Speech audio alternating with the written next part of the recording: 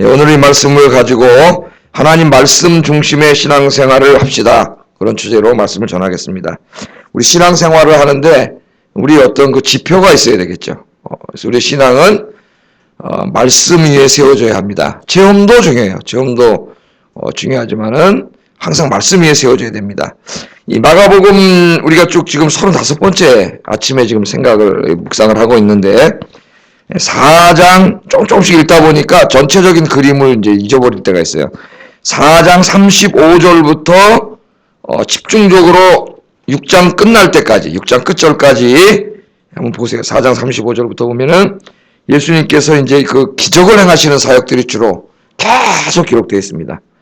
풍랑을 잔잔케 하신다거나, 뭐 병자를 고친다거나, 귀신을 쫓아내거나, 오병이어의 기적을 행하시거나, 이런 내용들이 6장 지금 56절까지 계속 옷가에 막 옷을 만지기만 해도 병이 나는 역사가 일어나가. 이런 그 주님의 능력의 사역을 마가가 계속 56절까지 기록하고, 또 7장 24절부터 또 기록해요.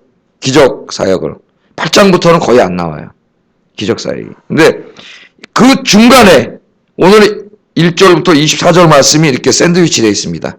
말씀이 들어가 있는데 여기는 기적 사역, 능력 사역이 아니라 신앙 논쟁이에요. 바리새인들. 구약 성경을 누가 더 올바르게 해석하고 있는가? 여기에 대한 논쟁이죠. 신앙 논쟁. 신앙 논쟁 얘기가 많이 나오죠. 그래서 유대교와 기독교 어느 종교가 옳으냐? 그것은 구약을 누가 올바로 해석했냐? 여기에 따라 달라지는 거예요. 이슬람교로 갈 수도 있고 유대교로 갈 수도 있고 기독교로 갈 수 있습니다. 구약에서 하나님이 약속하신 그 메시아가 정말 예수님이냐? 예수님이라고 믿는 사람들이 저희이고 나머지는 안 믿어요. 그 유대교는 아직까지 메시아를 기다리고 있어요. 자, 우리 교회 사역 중에 이 권능의 사역 이것도 중요하죠. 병을 고치고 또는 귀신을 쫓아내고 뭐 저 은사를 강조하는 게 방언하시는 분들도 있고 뭐 그걸 무시할 수 없습니다.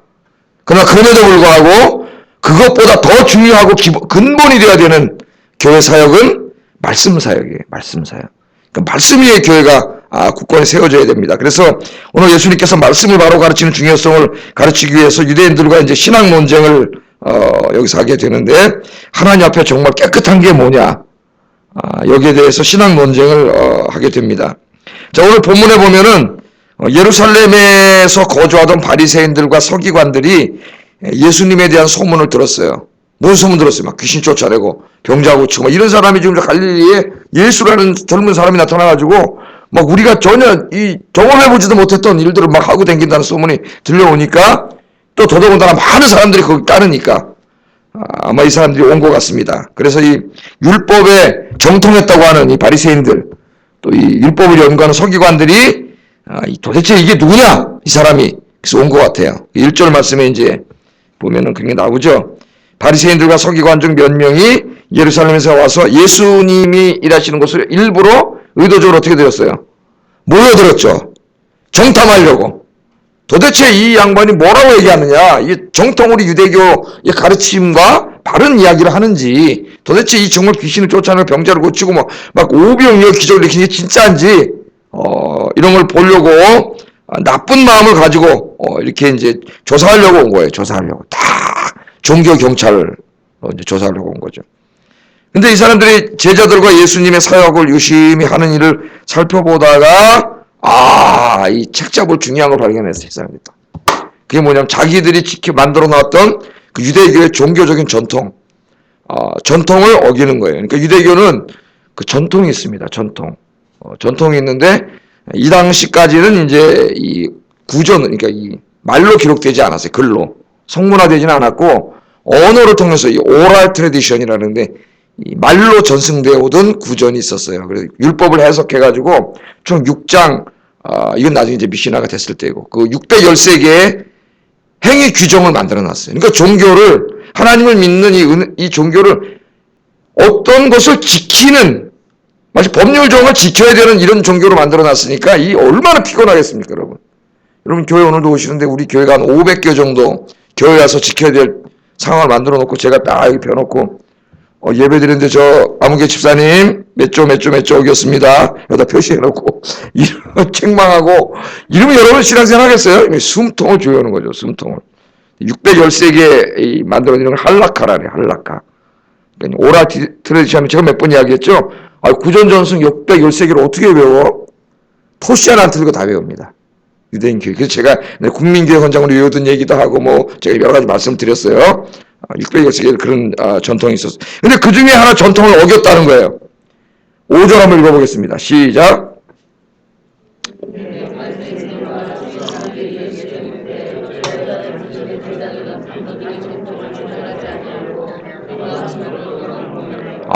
장로들의 전통, 자기들이 지켜오던 정말 이 할라카를 지키는 것은 그게 바로 유대교입니다. 할라카가. 근데 그걸 어겼다는 것은 유대교의 정체성을 어긴 것이고 자기들의 신앙 체계를 어긴 것이고 다 어긴 거예요. 근데 그게 뭐냐?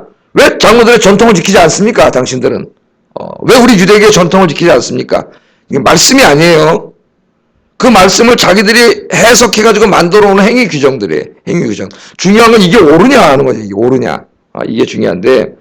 자, 도대체 제자들이 뭘 했길래 이렇게 막 난리를 치고 시비를 걸고 그러느냐. 2절에 보면은 2절 한번 읽어보겠습니다. 시작.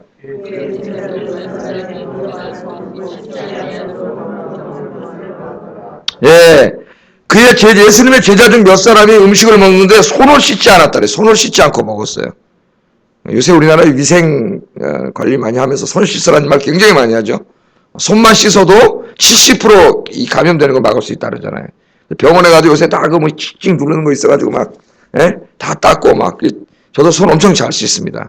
집에 들어가면 무조건 손부터 씻어요. 손발부터 다 씻고 또 성도 들어가 악수하고 내려오면 또 손 다 씻고, 비늘 빡빡 씻고, 이렇게 손을 씻어요. 근데 이 사람들이 손 씻는 것을 굉장히 중요하게 여겼는데, 손을 씻지 않고 밥을 먹었는데, 그 씻지 않은 손을 무슨 손이라고 그래요, 이 사람들이 지금? 부정한 손. 하나님 앞에 죄악으로 오염된 부정한 손이라는 거예요. 부정한 손. 그 부정한 손으로 밥을 먹었다. 그렇게 얘기하면서 책망을 합니다. 책망하고 있어요. 유대인들이 정해놓은 이 정결교리라는 게 있습니다. 하나님 앞에 우리를 깨끗게 하기 위해서. 여러분 하나님 앞에 여러분을 깨끗게 하셔야 되잖아요. 어떻게 하세요? 새벽 기도 나오셔가지고 우리의 마음을 찢으면서 자기를 돌아보면서 말씀과 기도로 하나님 앞에 자기 마음을 찢잖아요. 이게 중요하지 않습니까? 이게 본질인데 인간은 연약해서 이런 걸 잊어먹고 살기 때문에 어떻게 해요? 이렇게 새벽에 나와서 기도하고 성경을 보고 그러면서 내가 죄인이구나 하는 걸 깨닫고 마음을 찢고 회개하고 오늘도 그런 시간을 갖길 주의 이름으로 축복합니다. 이게 마음이 중요해요. 형식도 중요하지 않은 건 아니에요. 형식이 있어야 생각이 나요. 예를 들어서 우리가 세례를 받았어요. 세례는 하나의 형식이에요.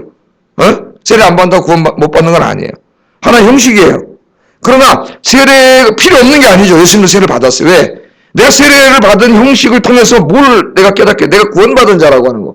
내 옛사람은 십자가에 못 박았다고 하는 거. 로마서 6장에 나오잖아요. 나는 죽고 새 사람이 태어났다는 것을 세례를 받은 사람이라는 걸 통해서 자꾸 내가 어떻게 돼요? 생각하는 거예요.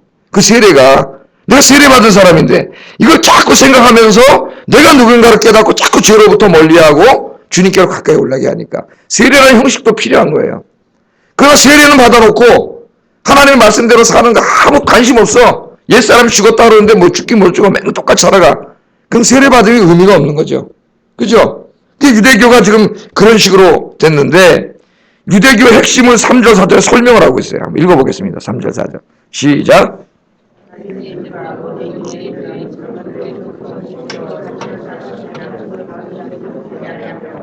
또 시장에서 들어와서도 물을 뿌리지 않고서는 먹지 아니하며 그 외에도 여러 가지를 지키오는 곳이 있으니 잔과 주발과 녹그릇을 씻음이로라.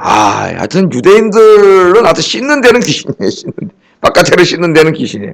손만 씻는 게 아니라 또 뭐도 씻어요? 바깥에 시장 갔다 오면은 또 물을 뿌려서 또 씻는데 뭘 씻는다는 거냐? 어떤 사람은 뭐 시장에서 사는 음식을 이게 식료품 이런 걸 씻는다 그러는데 그게 아니라 자기 몸을 씻어요. 몸을. 왜? 시장에 가 아무래도 이방인들도 있고 또 그런 사람들, 이방인들은 더럽다고 생각했잖아요. 죄로 더러워진 사람. 그러면 이게 먼지라도 날라와서 자기 몸에 묻으면 이게 더럽다고 생각해가지고 이걸 또 씻어. 그때 음식할 때 주발도 막 씻어요. 유대인의 전통이 이런 전통이 있다. 3절 4절에 설명을 하고 있습니다. 마가가. 그러니까 우리 신학을 공부하는 사람들은 이걸 통해서 마가복음은 유대인들을 위해서 쓰는 복음이 아니라는 걸 우리는 알아요. 어떻게?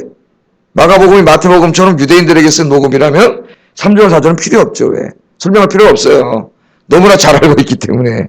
근데 이거는 로마인들, 이방인들을 읽으라고 쓴 거기 때문에 유대인 전통을 잘 모르니까 이 말씀을 이해하려면은 설명이 필요해서 3절 4절에 설명을 하는 거예요. 그러니까 우리 같은 사람들이 공부하다가 어떻게 이거는 유대인들을 위해서 쓴 복음서가 아니다. 이런 게 많이 나와요. 그렇게 연구를 하는 거예요. 신학자들이 연구를 하는데. 자, 이렇게 해가지고 제가 아까도 말했지만은 그 구전으로 성경을 해석했습니다. 성경을 해석한 건 성경은 아니에요. 신학은 성경은 아니에요. 성경에서 나왔지만. 그래서 신학을 너무 절대하면 안 됩니다. 이거 잘 알아야 돼요. 신학이 우상화될 수도 있어요. 성경에서 나왔지만 성경은 아니에요. 이 사람들이. 그래서 이걸 가지고 613개를 만들었는데 이게 구전으로 전승되어 왔어요. 예수님 시대에는. 그러나 이게 나중에 이제 유대인 경전으로 성문화돼요.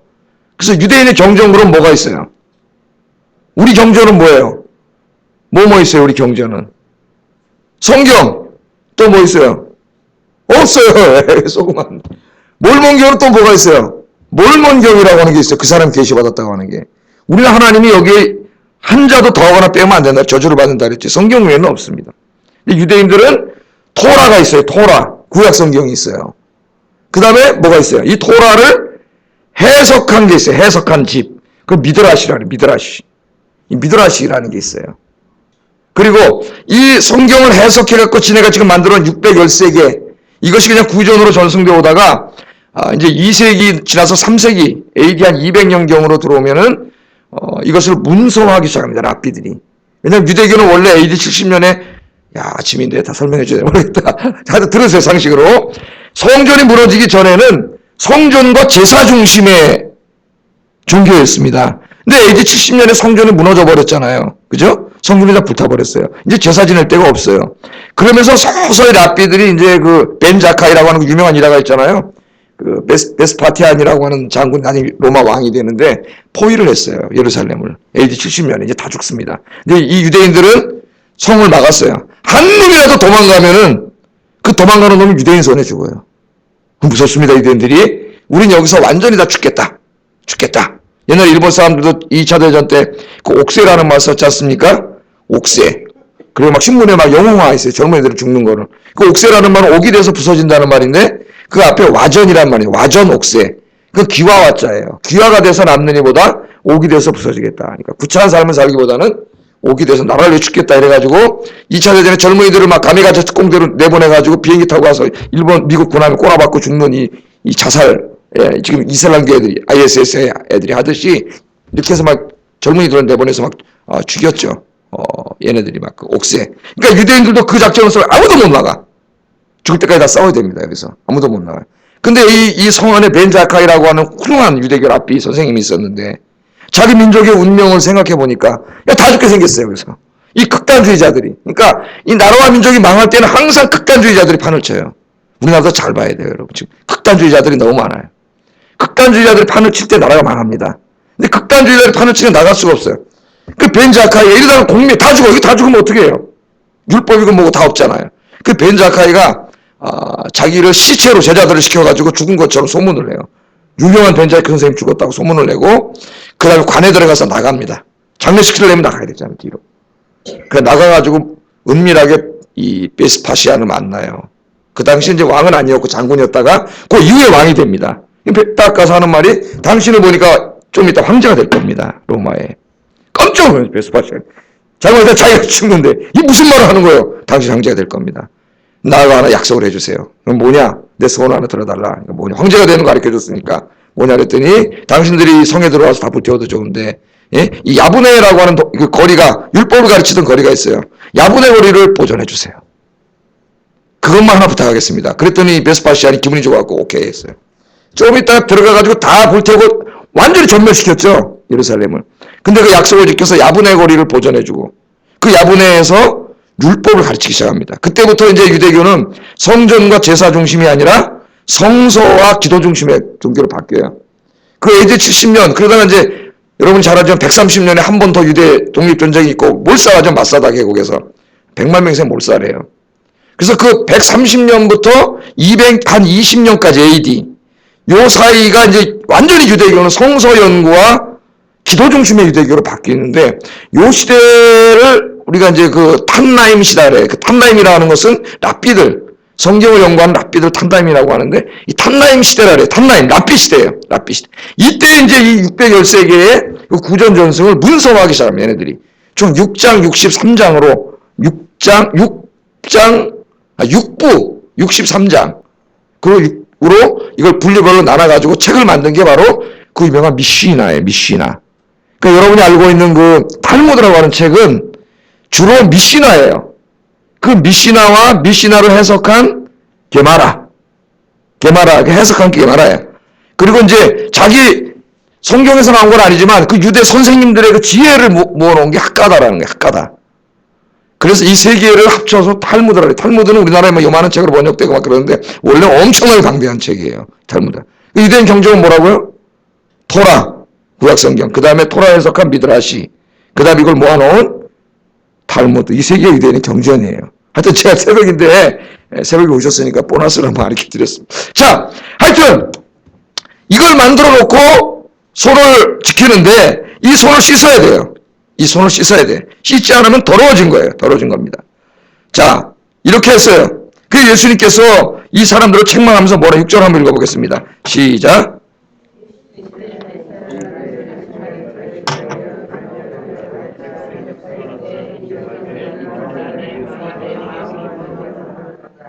예.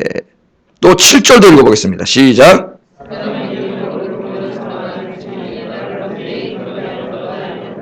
아멘. 자, 이제 정리해봅시다. 우리 종교에도 이렇게 될 수가 있기 때문에 우리 신앙생활이 잘 정리해봐야 돼요. 자, 이 사람들 손을 씻어. 왜 씻었다 그랬죠? 그릇도 씻고 몸도 씻고 바깥에 있는 세상과 이방인들 그 더러운 죄악이 몸에 먼지를 통해서 묻어 들어와가지고 이걸 먹는 순간 안에 들어가서 내가 하나님 앞에 더러워진다고 생각했어요. 내가 더러워지면 하나님으로부터 분리되는 거예요. 그러니까 이걸 씻은 거예요. 여러분 한번 생각해 보세요. 손을 씻고 몸을 씻고 그릇을 씻으면 위생적으로는 깨끗해가지고 병균은 안 들어올지 몰라도 그게 우리의 마음과 영혼을 씻을 수는 없지 않습니까? 예? 저도 요즘 설거지를 자주 잘합니다. 제가 설거지를 빡빡 닦아요. 예? 빡빡 닦으면서 그릇이 깨끗해져요.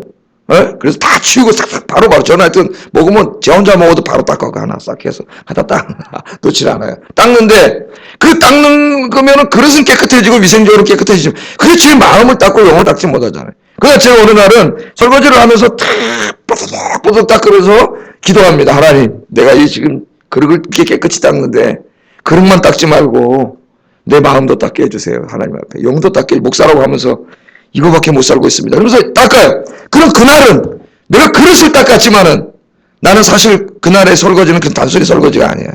뭐예요? 나에게는 하나님 앞에 정결의식이 된 거죠. 그죠? 그때는 의미가 있는 거예요. 그러니까 유대인들이 손만 닦지 말고 손만 닦은 것 통해서 뭘 닦는 게 더 중요한 거예요. 깨달으면서 하나님, 내가 오늘도 죄졌습니다. 내 마음과 영혼을 깨끗하게 해주세요. 이걸 했으면 좋은데 그걸 아무것도 없고 그런 거 하지도 않아요. 마음 관심도 없어요. 손만 닦고 그릇만 닦으면 우리는 하나님 앞에 깨끗하다라고 하는 점점 유대교가 그렇게 형식화돼 버린 거예요. 형식화. 그래서 예수님이 오늘 두 가지로 책망을 했는데, 첫째는 6절에 이사야가 너희 외식하는 것에 대해서 잘 예언했다. 우리로 말하면 너네 종교가 껍데기만 남았다는 게 신앙이 형식화됐다는 거예요. 그게 뭐냐면 이 백성이 입술로는 나를 사랑하되 공경하되 마음은 내게서 멀어요. 그러니까 아예 그 종교적인 형식조차도 안 하는 사람들은 더 불쌍한 사람이고, 그래도 옛날에 신앙생활하던 뼈대가 남아서 교회라도 나오고 예배라도 주일 예배라도 드리는 사람은 그래도 형식을 하고 있는 거죠. 형식은. 그런데 하나님은 그거 가지고 안 돼요. 그건 하나님 바로 세워주면 안 하는 것보다 나아. 더 중요한 건 뭐예요? 정말 우리의 마음을 하나님께 드리는 거예요. 마음을. 오늘 무슨 교구 이렇게 하겠습니다. 여러분이 오늘 오셨잖아요. 새벽 기도로 형식에 여러분이 나오셨어요. 이 나오신 거랑 안 나온 것보다는 훨씬 훌륭한 거예요. 그러나 이것을 만약에 내가 의무로 나왔다. 의무로라도 나오세요. 나오면 은혜를 받아요. 그러나 그런 것만 있다면 힘들죠. 아침에 나오는 게 얼마나 힘들겠어요. 이게 의무로 나오려니. 그러나 정말 이제 의무로 나왔어요. 의무로 나오세요. 책임감 있게 나와야 돼요. 나오다가 은혜를 받아갖고 새벽 기도 가는 게 막 은혜가 되고 기도 응답을 받고 즐거움과 기쁨이 생겨 새벽에 오면 빨리 새벽에 가고 싶은 마음으로 나온다면 어떻게 되겠어요? 힘들까요, 안 될까요? 즐겁죠. 행복하고. 그렇게 되기를 주의 이름으로 축복합니다. 예. 우리 마음이 중요한 거예요, 마음이. 그래서 시편 51편 17절에 보면은 하나님께서 구하시는 제사는 상한 심령이 하나님께서 구하시는 제사는 상한 심령이라. 하나님이여 상하고 통회하는 마음은 주께서 멸시하지 아니하시리다. 우리가 주님 앞에 나올 때도 끝까지 사람들을 볼까 외형적인 것만 지키는 게 중요한 게 아니라 정말 하나님 앞에 나올 때 뭐가 중요해요? 우리 마음을 찢는 게. 그래서 하나님은 옷을 찢지 말고 사람들이 보라고 경건한 척 하려고 옷을 찢고 막 그러지 말고 정말 네 마음을 드리라는 거예요. 마음을 찢으라는 거예요. 하나님 앞에. 오늘 오신 여러분들은 하나님 앞에 마음을 찢는 여러분들 되시기를 주의 이름으로 축복합니다. 그럼 하나님은 상한 골대를 꺾지 아니하시고 꺼져가는 등불을 절대로 하나님 끄지 않으세요. 그래서 형식이 나쁘다는 게 아니에요. 형식이 있어야 됩니다. 그러나 형식만 남으면 안 돼요. 그 형식은 우리의 본질을 드러내기 위해서 하는 거니까. 예배 때마다, 찬송 때마다, 기도 때마다, 봉사할 때마다 모든 순간에 여러분의 마음이 하나님을 향하고 하나님을 사랑하고 손만 씻지 말고 마음을 찢고 마음을 닦는 진정한 신앙생활 하시기를 주의 이름으로 축복합니다. 두 번째 예수님이 뭐라고 책망했냐면은 7절에 너희가 사람의 계명으로 교훈을 삼아 나를 헛되이 경배하는도다. 하나님 말씀을 가르치지 않고 지네들이 만들어 신학을 가르쳤다는 거예요. 신학을. 전통을 가르쳤다는 거예요. 그러면서 어떤 걸 예를 들어요. 고르반 얘기를 들어요. 고르반. 이 고르반이 뭐냐면 맹세했다는 말인데 이 유대인들이 어떻게 나쁜 짓을 했냐면 난 형식이 되다 보니까 하나님은 뭐라 가르쳤어요. 모세를 통해. 네 부모를 공경하라 그랬어요. 부모를 거역하는 자는 돌로 때려 죽이라 그랬습니다. 부모 효도, 기독교 효에 대해서 제일 강조하는 게 기독교예요. 기독교. 저도 다 이렇게 효를 다 하지 못하고 이렇게 있는데 제일 중요하죠. 효가. 그런데 이 유대인들이 살다 보니까 요새 이 부모님도 잘 안 모시라고 하는 것처럼 그런 게 더 재산이 많고 그런데 부모님도 부양해야 되고 막 이런 게 드니까 요 사람들이 어떤 걸 바리새인들하고 제사장들하고 짜고 만들었냐면은 이 내가 가진 재산을 하나님께 내가 드리겠습니다. 그렇게 서약을 하는 거예요. 서약을 한 것을 고르반이라 해요. 고르반. 그럼 이 돈은 그때부터 하나님의 돈이 됐기 때문에 부모님께 안 드려도 된다는 거예요. 이 돈을. 이런 전통을 만들어놨어요. 이런 전통을. 그럼 이 전통이 지금 뭘 어기고 있는 거예요? 하나님의 말씀, 네 부모를 공경하라. 예? 부모를 거역하는 자는 돌로 때려 죽이라고 하는 하나님의 말씀을 어기는 거예요. 그리고 이걸 지키는 거예요. 그럼 제사장하고 짜고 돈은 많은데 부모님도 드려야 되고 막 이거 귀찮으니까 제사장하고 짜고 어떻게 해요? 하나님께 드리겠습니다. 거짓말을 서약하고 그러면 이게 지네들이 전통하면 부모님 안 돌봐도 돼. 부모님 죽든지 말든지. 예? 그래 놓고 그렇게 살았다는 거예요. 이게. 오늘 예수님이 그걸 지적하는 거예요. 그러면서 뭐라 그래요? 너희 인간이 만든 전통으로 뭘 어기고 있어요? 하나님의 말씀을 어기고. 너네가 지키고 있는 613개의 교회 전통이 지금 미시나가 탈무드가 그런 말이야. 탈무드가 지금으로 말하면 하나님의 말씀과 일치하는지를 확인해 보라는 거예요.